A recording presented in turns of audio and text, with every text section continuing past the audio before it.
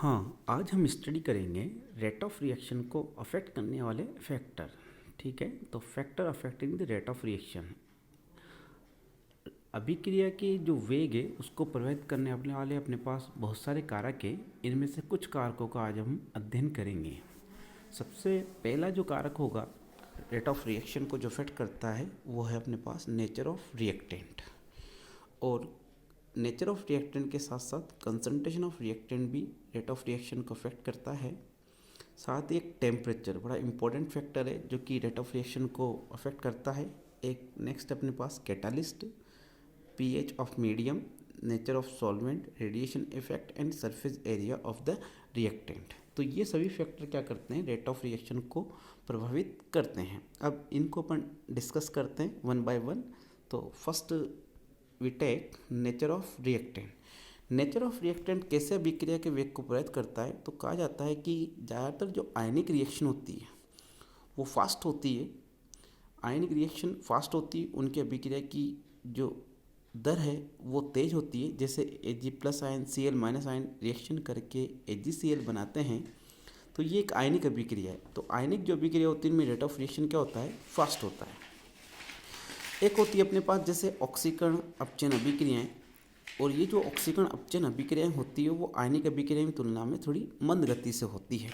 जैसे अपन देखें Fe+2 का की रिएक्शन अपन करा रहे हैं MnO4- प्लस 8H+ आयन से। तो यहाँ जो आयरन है इस आयरन का क्या हो गया, ऑक्सीडेशन हो गया Fe+2 से Fe+3। तो ये एक ऑक्सीडेशन रिएक्शन है, और ऑक्सीडेशन जो रिएक्शंस होती है वो आयनिक जो रिएक्शंस होती है उनकी तुलना में थोड़ी स्लो होती है। एक और रिएक्शन जो होती है वो होती है अपने पास ऑर्गेनिक रिएक्शन। ऑर्गेनिक जो रिएक्शन होती है वो मॉलिकुलर रिएक्शंस होती है, और मॉलिकुलर रिएक्शंस होने के कारण इनकी गति क्या होती है, धीमी होती है। तो आयनिक अभिक्रिया तेज होती है, जबकि मॉलिकुलर रिएक्शन जो होती है थोड़ी स्लो रेट से होती है। तो इस तरह से नेचर ऑफ रिएक्टेंट भी अभिक्रिया के वेग को प्रभावित करता है। यदि रिएक्टेंट आयनिक है तो फास्ट रिएक्शन होगी, और रिएक्टेंट यदि मॉलिक्यूलर फॉर्म में तो स्लो रिएक्शन होगी। नेक्स्ट अपन बात करते हैं कंसंट्रेशन ऑफ रिएक्टेंट। सेकंड जो फैक्टर अफेक्ट करता है रेट को, उसकी बात कर रहे हैं अपन। तो कैसे कंसंट्रेशन ऑफ रिएक्टेंट रेट को अफेक्ट करता है, तो हम जानते हैं कि लॉ ऑफ मास एक्शन कहता है कि रेट ऑफ जो रिएक्शन है वो कंसंट्रेशन ऑफ रिएक्टेंट के क्या होता है, प्रोपोर्शनल होता है। यानी कि अभिक्रिया का जो वेग है वो अभिकारकों की सांद्रता के समानुपाती होता है। अतः अभिकारक की सांद्रता जितनी ज़्यादा होगी उस अभिक्रिया का वेग उतना ही होगा। तो जैसे एक एग्जांपल लिया है अपन ने कि जैसे A और B क्या है, रिएक्टेंट है, और दोनों रिएक्टेंट करके क्या बना रहे हैं, प्रोडक्ट। तो इस अभिक्रिया का यदि अपन वेग निकालना चाहते हैं तो हम कह रहे हैं rate of reaction is directly proportional to concentration of reactant. और यहाँ कंसंट्रेशन ली अपन ने A की और B की। तो ये रिलेशन ये बताता है कि यदि आप रिएक्टेंट्स की कंसंट्रेशन को इंक्रीज करते हैं तो उस रिएक्शन का रेट ऑफ रिएक्शन भी क्या होगा, इंक्रीज होगा। तो नेक्स्ट अपने पास फैक्टर है टेम्परेचर।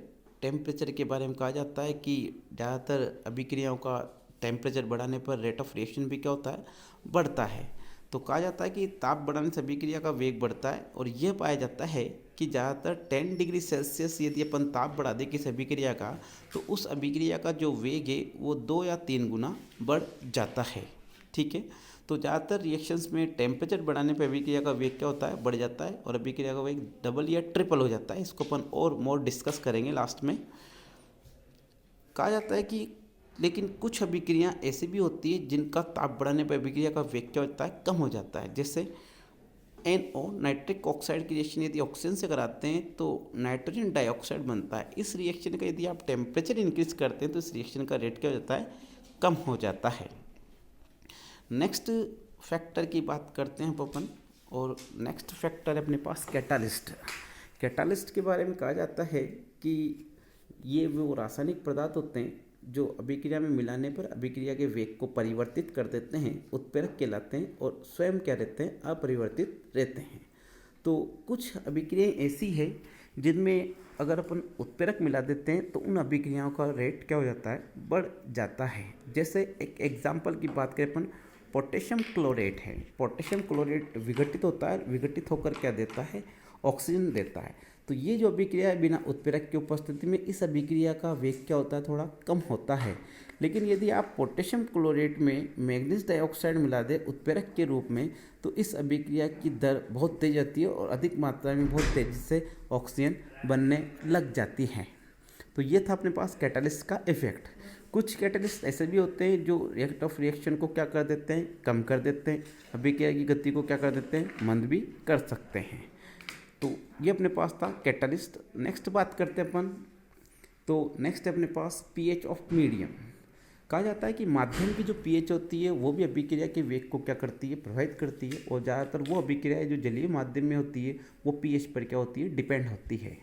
कहा जाता है कि अम्लीय माध्यम यदि होता है तो टाइटेनियम थर्ड आयन जो होता है Fe6-4 को क्या कर देता है, ऑक्सीकृत कर देता है, जबकि टाइटेनियम फर्स्ट जो आयन है वो Fe6-3 को ऑक्सीकृत नहीं कर देता।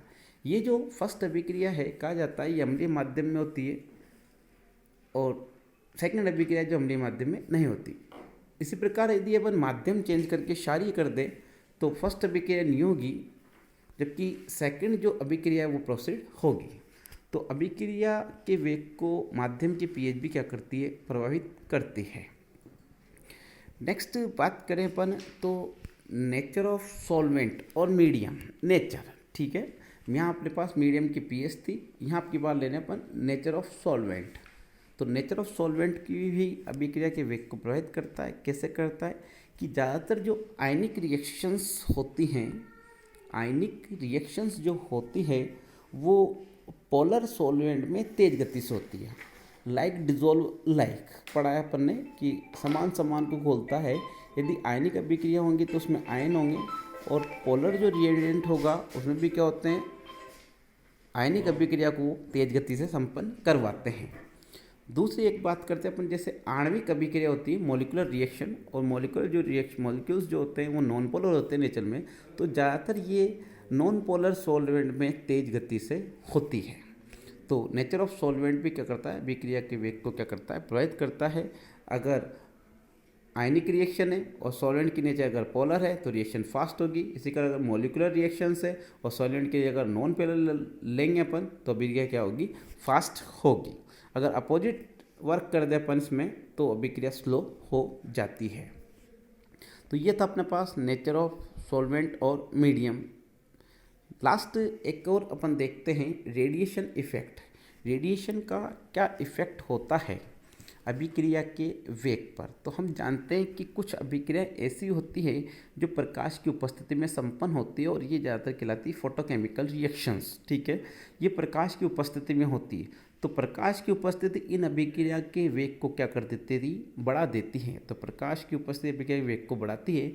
जैसे इसका अपन एक एग्जाम्पल देखना चाहते हैं तो अपन कह सकते हैं कि हाइड्रोजन और क्लोरीन अभिक्रिया करके HCl बनाता है और उस अभिक्रिया का रेट बढ़ जाता है यदि प्रकाश की उपस्थिति में ये अभिक्रिया कर जाती है। तो हाइड्रोजन और Cl2 प्रकाश की उपस्थिति में भी अभिक्रिया करके HCl बनाते हैं। अगर प्रकाश अनुपस्थित होगा तो ये अभिक्रिया प्रोसीड नहीं होगी, इस अभिक्रिया का वेग नहीं होगा। तो रेडिएशन भी क्या करते हैं, इफेक्ट डालते हैं अभिक्रिया के वेग को। एक और जैसे रिएक्शन है अपन, वेल नोन रिएक्शन है, अपन जानते हैं फोटोसिंथेसिस। फोटोसिंथेसिस जो होता है उसमें जो प्लांट्स होते हैं वो अपना फूड बनाते हैं फोटोसिंथेसिस से, और लीव्स में जो क्लोरोफिल होता है वो ये रिएक्शन करता है। लेकिन इस रिएक्शंस की प्रेजेंस के लिए हम जानते हैं कि हमारे पास क्या होना चाहिए, प्रकाश होना चाहिए।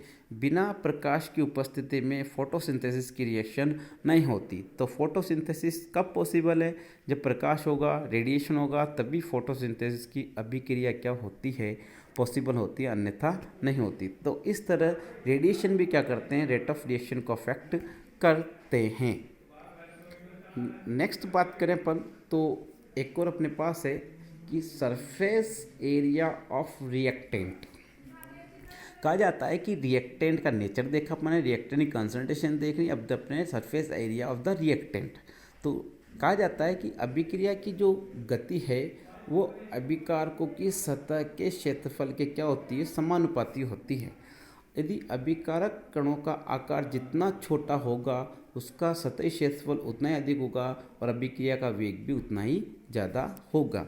तो अभिकारक यदि अपन लेते हैं, अभिकारक यदि अपन बारीक चूर्ण के रूप में लेते हैं तो उस अभिक्रिया का रेट ऑफ रिएक्शन ज़्यादा होगा, क्योंकि अभिकारक जब बारीक चूर्ण की फॉर्म में अपन लेते हैं तो उसका सरफेस एरिया ज़्यादा हो जाता है, और सरफेस एरिया ज़्यादा होने के कारण रेट ऑफ रिएक्शन भी क्या हो जाता है, इंक्रीज हो जाता है। अपन देखते भी हैं सामान्यतः कि कहा जाता है कि कोयले की तुलना में यदि आप कोयले का चूर्ण लेंगे तो वो तेज़ी से जलता है। तो यहाँ ये इफेक्ट शो करता है कि surface area of the reactant is also affect the rate of the reactions. तो ये अपने पास कुछ थे जिसमें अभिक्रिया के वेग को जो कारक थे वो प्रभावित करने वाले हमने पढ़े। सबसे पहला जो कारक हमने पढ़ा वो पढ़ा है नेचर ऑफ रिएक्टेंट, एक अपन ने पढ़ा कंसंट्रेशन ऑफ रिएक्टेंट, और एक हो गया surface area of the reactants. तो ये रिएक्टेंट्स के फैक्टर है जो अफेक्ट करते हैं रेट ऑफ रिएक्शंस को। एक और अपने पास था टेम्परेचर, जो कि बड़ा महत्वपूर्ण है। अभिक्रिया के वेग को 2 या 3 गुना बढ़ जाता है यदि अभी टेम्परेचर अपन 10 डिग्री सेल्सियस बढ़ाते हैं। कैटालिस्ट जो होते हैं अभिक्रिया के वेग को बढ़ा भी देते हैं, कम भी कर देते हैं। माध्यम के पीएच पर भी अभिक्रिया का वेग प्रभावित कर सकता है। यदि जलीय माध्यम में अभिक्रिया होती है उसको बहुत पीएच डिपेंडेंट होती है। नेचर ऑफ सॉल्वेंट भी बड़ा इंपॉर्टेंट होता है। पोलर सॉल्वेंट होगा तो जो आयनिक रिएक्शन के लिए ज़्यादा फास्ट रेट रखेगा, मॉलिक्यूलर रिएक्शन के लिए नॉन पोलर सॉल्वेंट होना चाहिए तो फास्ट रिएक्शंस होगी। और एक अपन ने देखा रेडिएशन इफेक्ट। रेडिएशन जो होते हैं कुछ अभिक्रिया ऐसी होती है जो प्रकाश की उपस्थिति में होती है, और प्रकाश की उपस्थिति में ही उनका क्या बढ़ जाता है, वेग बढ़ जाता है। और लास्ट अपन ने देखा surface area of the reactant. Surface area reactant का जितना ज़्यादा होगा उस अभिक्रिया का वेग उतना ही अधिक होगा। तो ये सब फैक्टर हैं जो अभिक्रिया के वेग को क्या करते हैं, प्रभावित करते हैं। इसमें से एक और जो फैक्टर है टेम्परेचर का इफेक्ट, इसको और डिटेल में पढ़ा जाएगा इस चैप्टर में कि टेम्परेचर कैसे अभिक्रिया के वेग को प्रभावित करता है। टेम्परेचर इंक्रीज होने से कोलिजन इंक्रीज हो जाता है, और कोलिजन इंक्रीज होने से अभिक्रिया के अणुओं में टक्कर की दर बढ़ जाती है, जिससे अभिक्रिया का वेग भी क्या हो जाता है, बढ़ जाता है। तो इस तरह से अपन इन टॉपिक्स में देखा कैसे ये अभिक्रिया के वेग को प्रभावित करते हैं। Thank you.